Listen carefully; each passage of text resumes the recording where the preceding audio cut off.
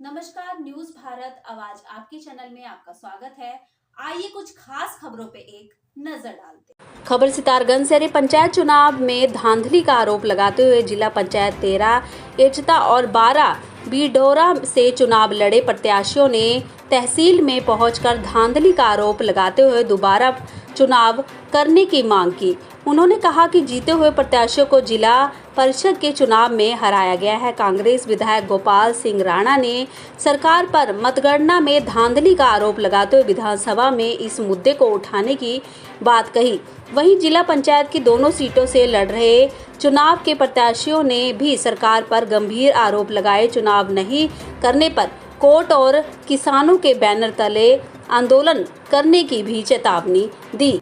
प्रकरण ये है, जब से पंचायती चुनाव की प्रक्रिया स्टार्ट हुई, मैं जिला पंचायत एकता क्षेत्र से जिला पंचायत का चुनाव लड़ने की इच्छा जाहिर की और वो मेरा गृह क्षेत्र है। मैं आपको बता दूं, उसी के अंदर ग्राम पंचायत मेरी खमरिया आती है जिला पंचायत एकता क्षेत्र में, और वहां से मेरी मिसेज को निर्विरोध ग्राम प्रधान चुन लिया गया। तो उसके बाद मेरे साथियों ने कहा कि आप आगे बढ़िए और मेरे को जिला पंचायत के लिए सब लोगों ने सहयोग करने के लिए कहा और मैं चुनावी मैदान में आया। जब चुनावी मैदान में आए और प्रचार प्रसार स्टार्ट हुआ तो वो लोगों को लगा कि ये चुनाव में हमें टिकने नहीं देगा और उन्होंने षड्यंत्र के तहत मेरा पर्चा निरस्त करवा दिया। पर्चा निरस्त होने के बाद मेरा भी राजनीतिक कैरियर है, क्योंकि मैं भी 4 चुनाव लड़ चुका हूँ, जीत चुका हूँ, 5वां पड़ाव है मेरा। मैंने अपने भाई छोटे का भी पर्चा भरा और सुखजीत सिंह के नाम से पर्चा स्वीकृत हो गया। मैंने कहा अब मैंने लड़ाई जीत ली। मैं उसी सुखजीत सिंह के नाम से निवेदक बनके लोगों के बीच में गया। 5 मिनट के अंदर मैसेज आ जाता है कि आप 9 वोटों से चुनाव हार चुके हो। पैरों तले जमीन निकल गई कि ये इन्होंने किया क्या। ये लोकतंत्र का गला घोंटा गया है।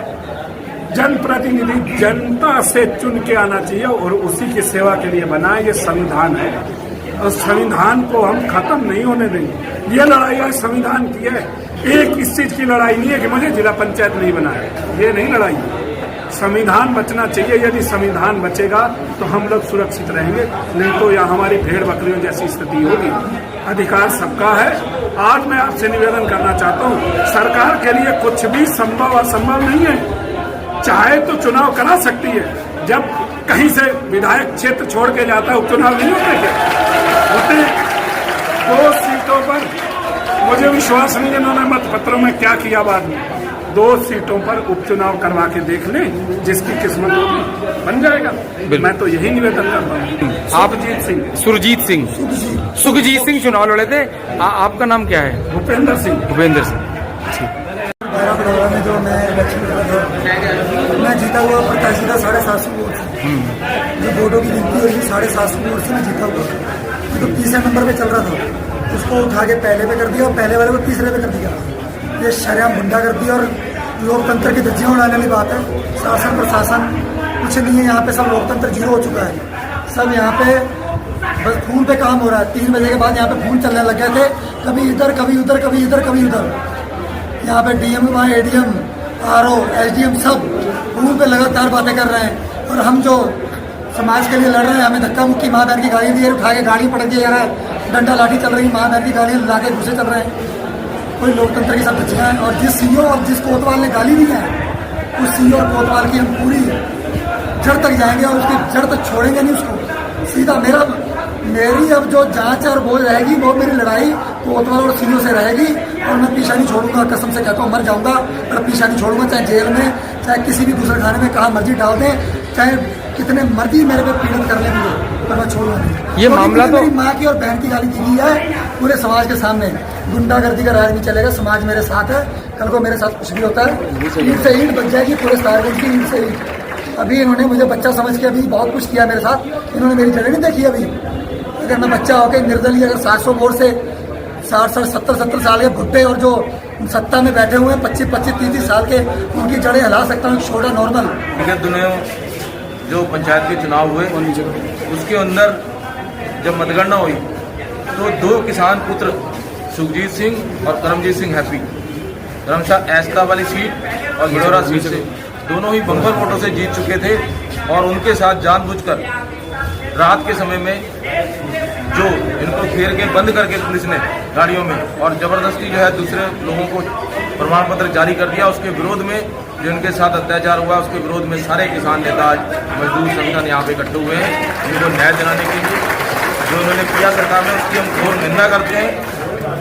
हम मांग करते हैं कि इस चुनाव की दोबारा मतगणना होनी चाहिए या दोबारा चुनाव होना चाहिए ताकि इनको न्याय मिले। क्या इतना संभव है दोबारा चुनाव कराना सरकार के लिए? देखिए, सरकार को अगर लोगों की जो आशंका है कि जो लोग इनके साथ गलत हुआ है, अगर सरकार चाहती है कि लोगों का भरोसा लोकतंत्र के ऊपर बना रहे तो कोई बड़ी बात नहीं है, 2 जगह का चुनाव निरस्त करके दोबारा भी कराया जा सकता है। ये सरकार आई है, इसको धांधली की सरकार अगर कही जाए तो बहुत बात गलत नहीं होगी। ये तो धांधली की सरकार है और आप देखिए कि हमेशा जब भी कोई चुनाव आता है तो ये धांधली करके अपने लोगों को चुनाव जिताने की पूरी कोशिश क्या करते हैं, ये अपने मंसूबे में कामयाब हो जाते हैं क्योंकि सत्ता इनकी होती है, सरकार इनकी होती है, सारे लोग इनके होते हैं। और लगातार देखिए, जब हम नगर निकाय का चुनाव चल रहा था तब से जो है नानाबता वाली सीट पे आपने देखा होगा उस आदमी का बेमतलब जो है पर्चा खारिज करके इन्होंने निर्विरोध अपने आदमी को बना दिया। और यहाँ पर भी आप देखिए, जो व्यक्ति 750 वोटों से जीता हुआ था उसको जो है कि प्रमाण पत्र नहीं देके दूसरे अपने चहेते व्यक्ति को प्रमाण पत्र इन्होंने दे दिया। तो जैसा कि विधायक जी हमारे पास खड़े हुए, इन्होंने भी कहा इस मामले को जो है विधानसभा में भी उठाया जाएगा और विधानसभा में उठाने के साथ साथ जो है कि आप ये देखिए जितना जन आक्रोश ये बढ़ रहा है, ये जन आंदोलन बन गया है अब ये। और निश्चित रूप से ये मान के चलिए कि अब ये सरकार जाने वाली है और धीरे धीरे यहाँ की जनता सब पूरी तरीके से समझ गई है कि किसके इशारे पर ये काम होता है और किसके इशारे पर ये काम नहीं होता है। इस तरीके की धांधली वाली, लोकतंत्र की हत्या करने वाली सरकार अब जनता को कबूल नहीं है। धांधली का आरोप बिल्कुल सही है, इन्होंने बेईमानी की है और दिखाई दे रहा है जनता आक्रोशित है कि बेईमानी के खिलाफ सड़कों में उतर गई है और ये जरूरी है, जब तक सड़कें में नहीं उतरेंगे इनको जवाब नहीं मिलेगा। जैसा कि अभी आपने देखा है, चाहे वो भिनौरा सीट हो चाहे ऐसा सीट हो, दोनों जगह बेईमानी की गई है। जो तीसरे नंबर का प्रत्याशी है, जो तीसरे काउंटिंग में तीसरे नंबर था, उसको विजयी घोषित कर दिया गया। इसी तरह जीता हुआ प्रत्याशी भिनौरा में उसको जो है प्रथम जो जीता हुआ था उसको हरा करके दूसरे नंबर का प्रत्याशी तो उसको जीता घोषित कर दिया। गलत सरासर बेईमानी, लूट, बिल्कुल जिंदा लूट, मैं कह रहा हूँ दिन दहाड़े लूट डकैती है और उन्होंने डकैती की है। इसका जवाब जनता 27 में देगी, मैं कहना चाहता हूँ। तो अब सबक मिलना चाहिए, ऐसे लोगों को सबक मिलना चाहिए, इसी सरकार को सबक मिलाई। जब बेईमान सरकार है, चोर सरकार है।